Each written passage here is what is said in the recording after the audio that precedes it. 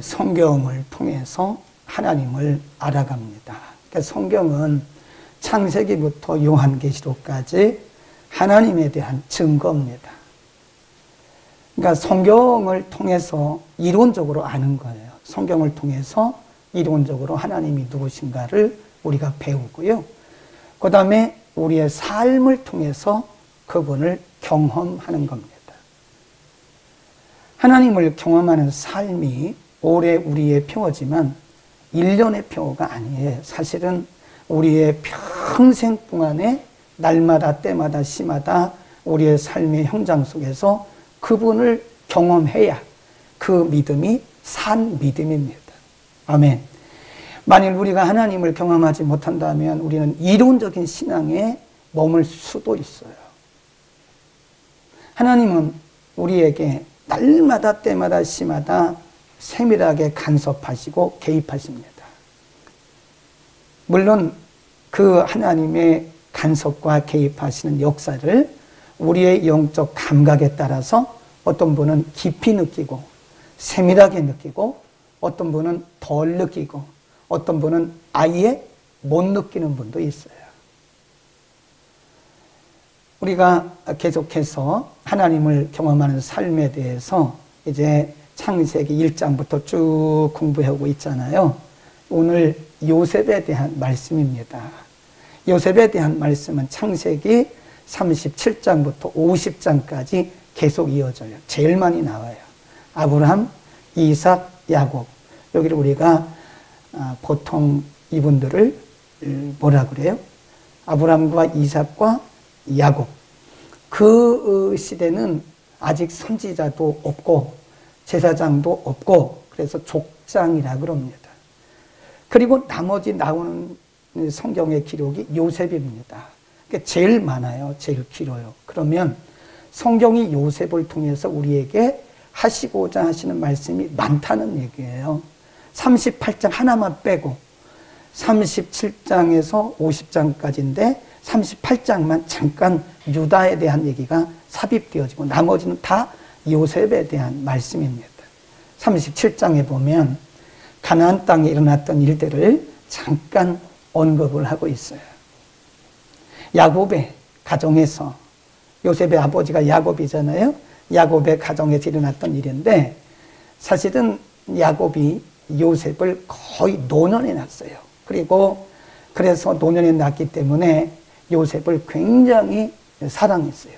물론 다른 아들들도 있지만 야곱이 요셉을 편애할 만큼 사랑했어요.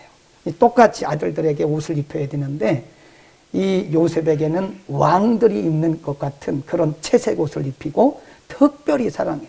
그러니까 형들이 요셉을 싫어해요. 굉장히 뭐 한다 그러죠? 질투하는 거예요. 시기해요. 그러니까 형들이 아버지가 없을 때 야, 우리가 저놈을 어떻게 할까? 그러니까 어떤 사람이 말하기를 우리 저거 팔아버리자. 우리 저거 죽여버리자. 우리 그러지 말고 저기 그냥 구덩이에다가 그냥 묻어버리자. 서로 이런 의논을 하다가 나중에 2차 조차해서 요셉을 애굽에 팔아요. 그게 39장입니다.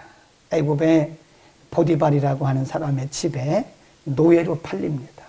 그런데 오늘 우리가 읽지는 않았지만 39장 7절 이하에 보면 요셉이 거기서 또 어려운 일을 당해요. 보디발의 아내가 요셉을 이렇게 보니까 사람이 준수하거든요. 굉장히 잘생기고 준수해요. 그러니까 성적으로 미혹을 하는 거예요. 하나님의 사람들은 자기가 있는 곳이 어디든 간에 흔들림이 없어요. 요셉이 흔들림이 없습니다. 아무리 자기가 섬기는 보디발, 그 주인의 아내일지라도 그는 중심이 흔들리지 않아요.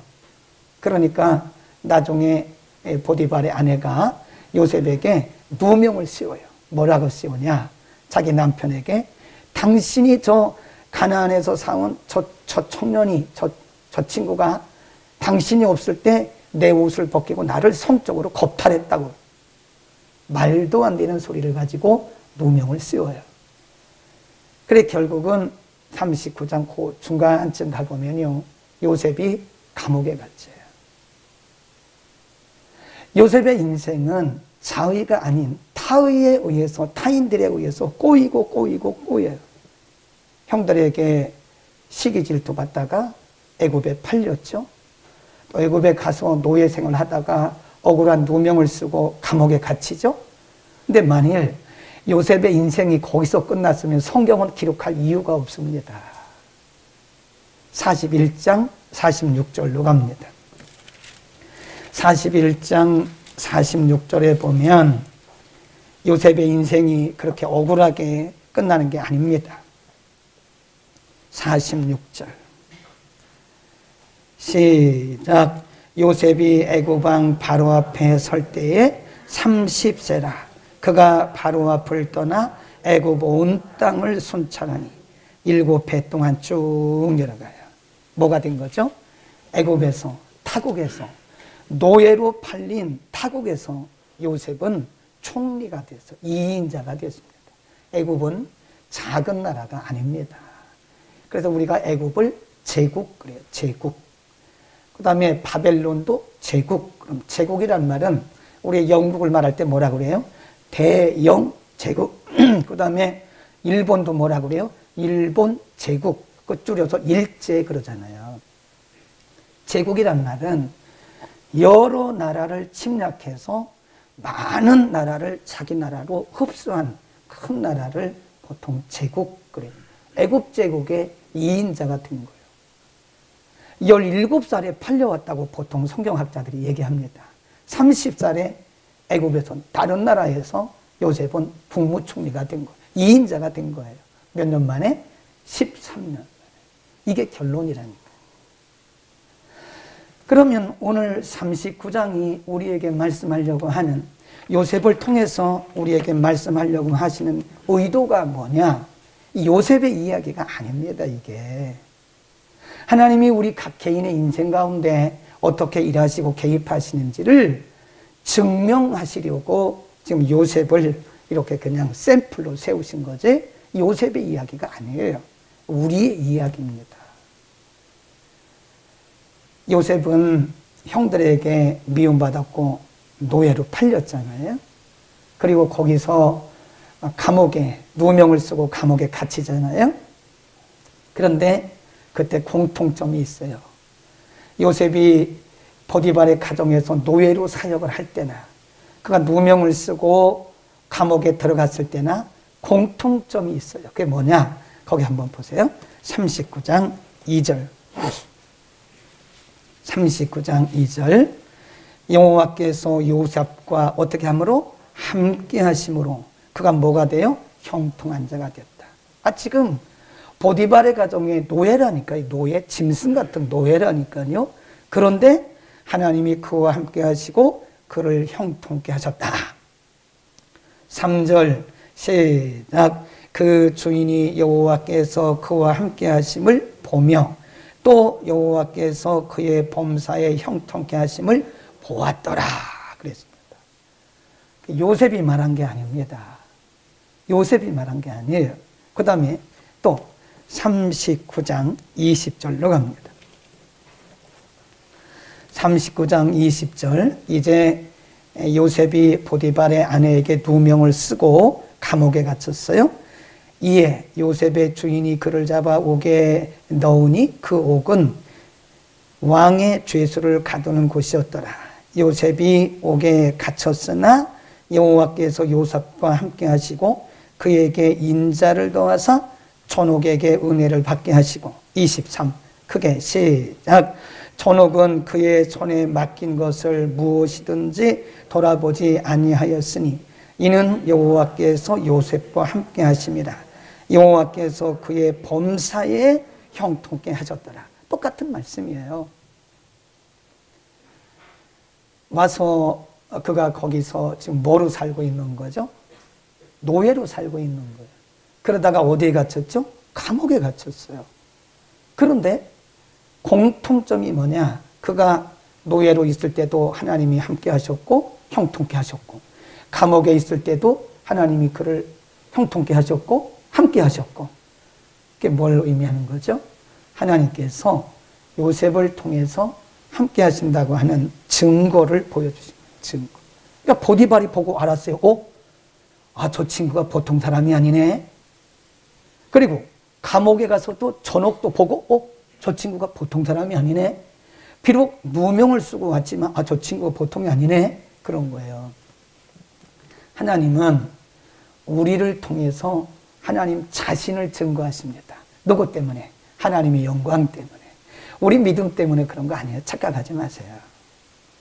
우리가 기도 많이 해서 그런 거 아닙니다. 간증하라고 그러면 많은 분들이 나는 간증거리가 없다 그러는데 그렇게 말하시면 안 돼요. 모두가 다 간증거리예요. 우리의 인생의 여정에서 일어나는 모든 일들이 그분이 우리와 함께 하시는 증거를 보여주시는 겁니다. 내가 믿음이 좋아서 그런 게 아닙니다. 오해하지 마세요. 내가 기도를 많이 했더니 그렇게 간증하면 간증을 잘못하는 거예요. 하나님이 하신 거예요. 하나님이 우리를 통해서 하나님의 하나님 되심을 증거하는 거예요. 그걸 우리가 뭐라 그래요? 흔적 그럽니다. 흔적. 우리가 영적 감각이 좀 둔하거나 영적 감각이 약해서 그렇지 사실 우리가 조금만 영적 감각이 있으면요 하루하루 우리가 매 순간순간이 다 하나님이 함께 하신다고 하는 증거입니다. 증거. 아멘. 우리는 그 증거를 발견해야 드디어 하나님을 경험하는 거예요. 내 힘이 아닙니다. 우리의 경험이 아닙니다. 우리의 어떤 상식도 지식도 아닙니다. 철저하게 하나님께서 우리에게 하나님 됨을, 하나님 되심을, 하나님의 하나님 되심을 우리를 통해서 증거해. 그리고 우리가 하나님의 자녀라는 사실을 증명해 보이시는 거예요. 저 사람 함부로 건들지 마라. 왜? 하나님의 자녀니까. 네. 하나님의 자녀들을 함부로 건드렸다가는요, 큰일 납니다. 하나님 그 증거를 보여주신다니까요. 네. 어제도 어떤 분이 제 목양실에 와서 지나간 재미있는 얘기를 해주더라고요. 자기가 정말 억울한 일을 너무 많이 당했대요. 그래서 자기가, 내가 지지. 지는 게 이기는 거니까 지자. 내가 져주자. 계속 졌다는 거예요. 별 루머가 떠돌아다니고 별 사람들이 와가지고 별 얘기를 해도 하나님만 보고요. 그냥 정직하게 자기 중심을 지켰대요. 그런데 시간이 가면서 그렇게 그분을 모함했던 사람들에게서 증거가 드러나는 거예요. 그게 잘못됐다는 것이 이 증거가 그냥 환상적으로 드러나는 게 아니라 물리적으로 드러나는 물리적으로. 잘 생각하셔야 돼요. 하나님은 우리의 삶을 통해서 하나님의 하나님 되심을 증거해 주십니다. 그러니까 우리 편을 들어주시는 거예요. 항상. 우리는 우리의 매사의 삶이 매일매일 우리의 삶의 현장 가운데 하나님의 개입하심과 간섭하심의 증거들이 드러나고 있다는 사실을 믿기를 바랍니다. 우리는 매사에 감사해야 됩니다. 그러니까 성경이 말씀하기를 범사에 감사하라. 만일 우리가 원망하고 불평한다면 말씀대로 사는 게 아니에요. 그거는. 너희는 범사에 감사하라. 이는 너희를 향하신 하나님의 뜻이다. 우리의 관점에서 바라보면 감사할 일이 없어요. 그러나 하나님의 관점에서 보면 모두가 다 그분이 우리에게 함께 하신다고 하는 하나님의 하나님 되심의 흔적들이다. 그래서 우리가 역사를 뭐라 그래요? 영어로 history.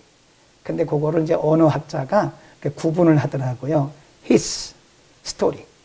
his 할 때 h는 대문자를 써요. 그러면 하나님입니다. 하나님. 그분의 이야기예요. history, 역사는 하나님의 이야기예요. 하나님께서 우리의 삶의 현장에 오셔서 개입하시고 일하신 모두 다 그분의 역사의 흔적입니다. 그것을 발견하는 사람이 영적인 사람이고 그거를 발견해서 드러내는 사람이 그게 바로 간증인 겁니다. 아멘. 그 눈이 열리기를 바랍니다. 그 다음에 요셉을 통해서 우리에게 알려주시는 하나님에 대한 하나님이 어떤 분이신가. 우리가 성경을 볼 때는요. 장소, 배경을 잘 보셔야 됩니다. 이렇게 배경을 무시하고 성경을 보면 성경을 얼토당토 않게 해석을 해요. 가나안, 보디발의 가정, 그리고 감옥. 그런데 하나님의 역사는 동일해요. 요셉이 가나안에 있을 때도 하나님이 그와 함께 하셨고 형통케 하셨고, 보디발의 가정에서 노예로 있을 때도 하나님이 그와 함께 하셨고 형통케 하셨고, 또 그가 누명을 쓰고 감옥에 가는데도 하나님의 역사는 변한 게 하나도 없어요. 환경이 바뀌었을 뿐인 거예요. 이걸 뭐라 그러냐? 하나님의 역사는 무제한적이다. 조금 어려운 말로 말하면 조직신학적인 용어로는 무소부재 그럽니다. omnipresent. 무소부재하다. 하나님 안 계신 곳이 없어요. 들어가야 되느냐? 의미가 없습니다. 어디나 하나님이 계신 곳이고요. 어디나 하나님이 우리와 동행하시고 함께 하시는 곳이에요. 그곳이 바로 베델입니다. 하나님은 우리가 어디 있든지 우리와 동행하시고 우리를 형통케 하심을 믿기를 바랍니다. 야곱이 브엘세바를 떠나서 형 에서를 피해서 도망치자. 우리 하란으로 도망치잖아요. 얼마나 심신이 지쳤겠어요. 루스라고 하는 곳에서 지쳐서 잠이 들었어요. 그러니까 심신이 고뇌서 돌을 베게 하고 잠을 자는데 하늘문이 열려요. 꿈에. 하늘에서 천사들이 오르락 내리락 합니다. 하늘에서 하나님의 음성이 들려요. 내가 어딜 가든지 내가 너와 함께 할 것이고, 내가 너를 통해서 이루기를 원했던 그 뜻을 다 이룰 때까지는 내가 너를 떠나지 않을 것이다. 근데 야곱은 혼자인 줄 알았어요. 눈이 확 열리고 나서 보니까 여기가 하나님이 계셨네. 그래서 그가 그곳 이름을 뭐라고 쳤어요? 베델. 하우스 오브 갓. 하나님의 집이구나. 여기가 베델이구나. 여기가 하나님의 집이구나. 하나님이 여기도 계셨네. 라고 그가 고백을 한 게 그게 바로 베델입니다. 베델. 하나님은 안 계신 곳이 없어요. 그래서 우리가 늘 우리의 삶은 코람대우로 살아야 돼요. 하나님의 면전에서. 성전에서는 우리가 거룩하고 정결한데 성전을 나가면 전혀 불신자하고 똑같아. 그것은요, 불신자하고 똑같은 삶입니다. 이중적인 삶이고 하나님 앞에 죄송한 삶. 그렇게 살면 안 돼요. 어떤 분이 이렇게 말했어요. 나의 진짜 모습은 나 혼자 있을 때의 모습이다. 아무도 나를 바라보지 않은데 나 혼자 있을 때 내가 지금 무엇을 생각하고 있고, 나 혼자 있을 때 내가 무슨 일을 하고 있는지, 그게 진짜 나의 모습이라는 겁니다. 누구든지 다른 사람들이 볼 때는 다른 사람을 의식해서 우리가 뭐뭐인 척합니다. 거룩한 척, 경건한 척, 믿음 있는 척, 기도하는 척합니다. 그러나 아무도 없을 때, 나 혼자 있을 때, 아내도 없고 남편도 없고 자녀들도 없고 아무도 없을 때, 나 혼자 있을 때 내가 하는 생각, 그게 진짜라는 거예요. 나 혼자 있을 때 내가 하는 모습, 내가 무슨 일을 하고 있는가, 고 똑같이 예배를 드렸습니다. 아무도 없을 때 그 모습이 나의 모습이에요. 그게 나의 진짜 모습인가, 그게. 하나님은 우리가 어딜 가든지 함께 하신다는 사실을 믿기를 축원합니다. 그 다음에 요셉의 생애를 통해서 오늘 우리에게 가르쳐 주시는 중요한 메시지가 또 있는데, 그게 뭐냐? 우리가 37장, 39장 초반부, 후반부를 이렇게 띄워놓고 보면요, 이렇게 보시면 됩니다. 37장은 뭐냐? 가나안 땅에서 형제들에게 미움받고 시기 질투받아요. 그래서 형제들에게 욕먹어요. 네, 막 욕을 합니다, 형제들이. 나중에 팔아요. 그리고 39장 1절에서 6절에 보면 보디발의 가정에 뭐가 됐어요? 노예가 됐어요. 39장 7절 이하에 가면 보디발의 아내에게 누명을 쓰고 감옥에 갇혔어요. 자, 잘 보세요. 하나하나 놓고 보자고. 하나하나. 이렇게. 여기는 가나안 땅에서 형제들에게 시기 질투 당해가지고 아주 미움당했어요. 39장 1절에서 6절을 보면 이건 노예로 팔려서 비참해요. 비참해. 인생이 꼬인 거예요. 남의 나라에 온 것도 불행한데 짐승같이 노예로 팔린 거예요. 거기다가 보디발의 아내에게 누명을 쓰고 감옥에 갇혔어요. 요셉이 잘못한 거 하나도 없습니다. 37장을 봐도 요셉이 잘못한 거 없어요. 보디발 아내에게도 보디발의 아내가 그게 누명 씌운 거지 요셉이 잘못한 거 하나도 없어요. 그러면 그 하나를 떼어놓고 보면요, 요셉의 인생은 참 굉장히 심하게 고난, 위기, 억울함, 자존심 상함 이런 거로 지금 가득 차 있는 거예요. 한 면만 보면, 여기만 보면 억울하죠. 여기라 봐도 억울하죠. 비참하죠. 여기만 봐도 비참하죠. 그런데 41장 46절에 보니까 그 모든 일련의 사건을 통해서 요셉이 뭐가 돼요? 총리가 됐잖아요. 뭘 의미하는 거죠? 하나님의 역사의 연속성을 가르칩니다. 그러니까 우리가 우리의 인생을 쫙 이렇게 수평선상에 쭉 펴놓고 봐야 돼요. 한 면을 가지고 절대 결론 내리지 마세요. 실패한 것 같지만 실패가 아니에요. 위기인 것 같지만 위기 아닙니다.